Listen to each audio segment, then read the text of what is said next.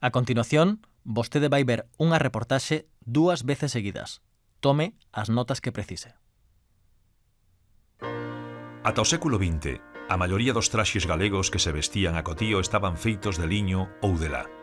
E había un tempo para apañar, ripar, arrigar, mazar e logo fiar o liño, para que unha vez tecido, as familias galegas tivesen roupa para todo o ano.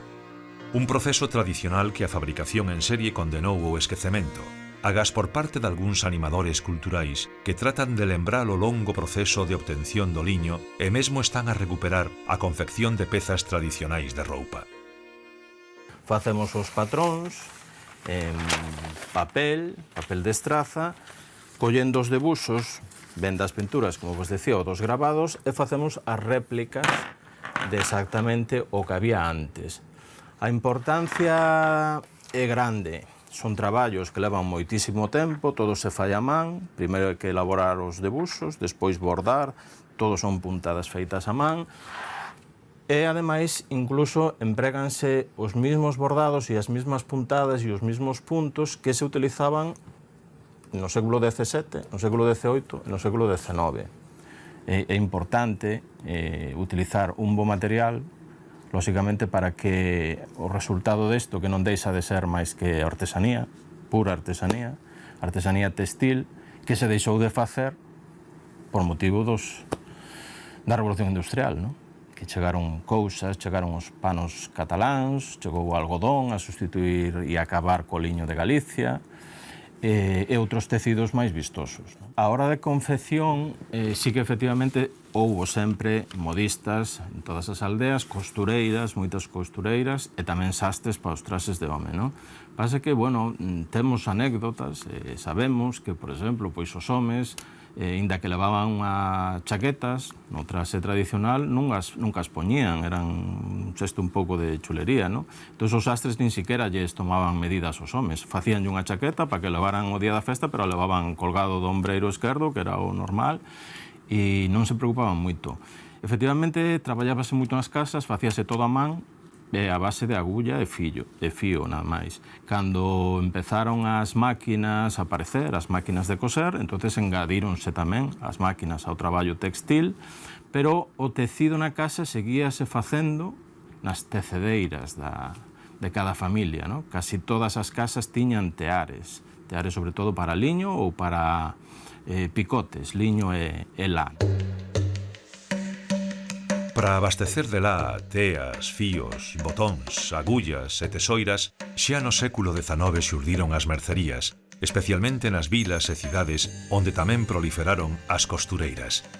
Esta mercería pontevedresa do 1900 empezou cos fíos e acabou por vender tamén complementos para toda a familia, fiándolle á clientela. Se para as mulleres eran as modistas, pros homes, os xastres. Nos anos 50 e 60, todo home tiña que ter un traxe cando menos para as celebracións ou os domingos. O de xastre converteuse nun bo oficio. As chamadas tendas de confección e os grandes almacéns comezaron a alternar os traballos de xastrería coa venda de prendas en serie. Ademais, ofreceron complementos como garabatas, bufandas ou luvas para fidelizar ao cliente.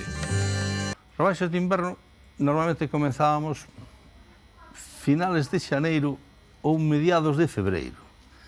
Hoxe as rebaixas xa prácticamente estamos todo o ano. E a xente deixou de mercar, porque claro, dentro de pouco xa está desde de rebaixas e aí se parou. Eso para nós foi un prexudicio total. A competencia é moi forte e ademais é un fenómeno moi interesante, aunque non moi bo para as compañías, non? Que se importou unha metodoloxía de venta anglosaxona que é unha especie de rebaixas permanentes. De tal maneira que como as empresas teñen que facer o que fai o do lado, pois continuamente están en rebaixas, de tal maneira que aunque esas rebaixas fagan que creza a venta, sin embargo, está castigando a marxe, non? E iso, pois, de momento, a pesar de que todos eles o recoñecen, non se lle puxo remedio, non?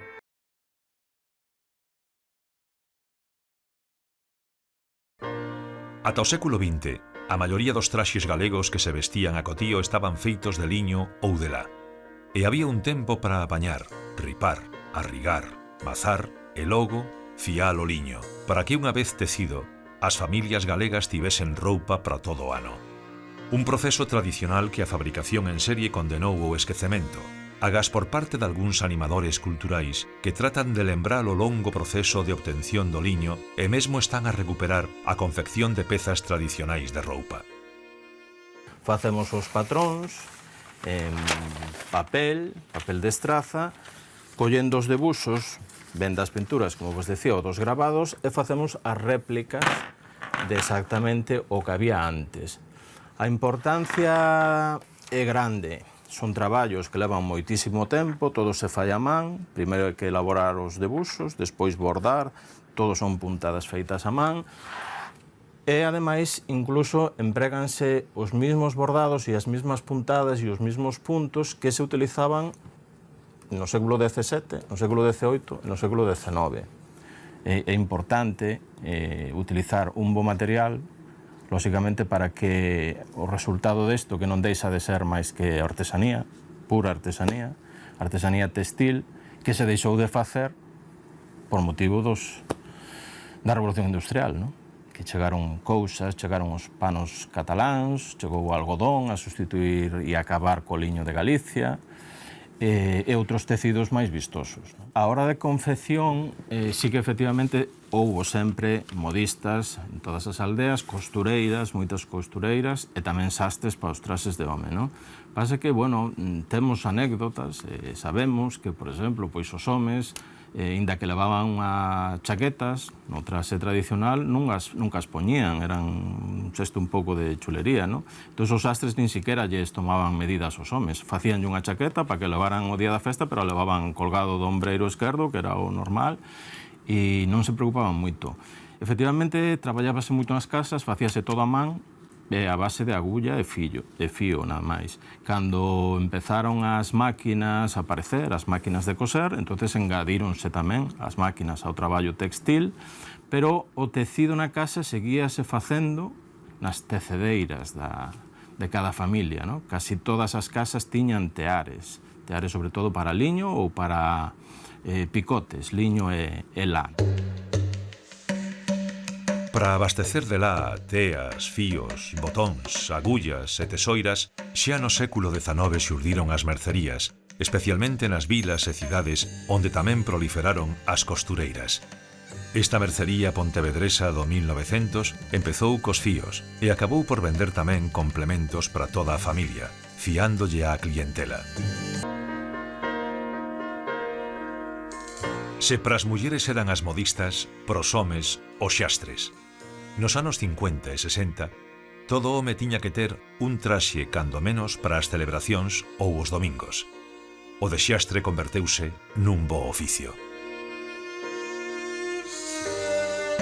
As chamadas tendas de confección e os grandes almacéns comezaron a alternar os traballos de xastrería coa venda de prendas en serie. Ademais, ofreceron complementos como garabatas, bufandas ou luvas para fidelizar ao cliente.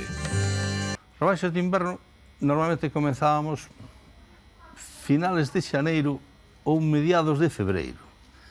Hoxe as rebaixas xa prácticamente estamos todo o ano. E a xente deixou de mercar, porque claro, dentro de pouco xa está desde rebaixas e aí se parou.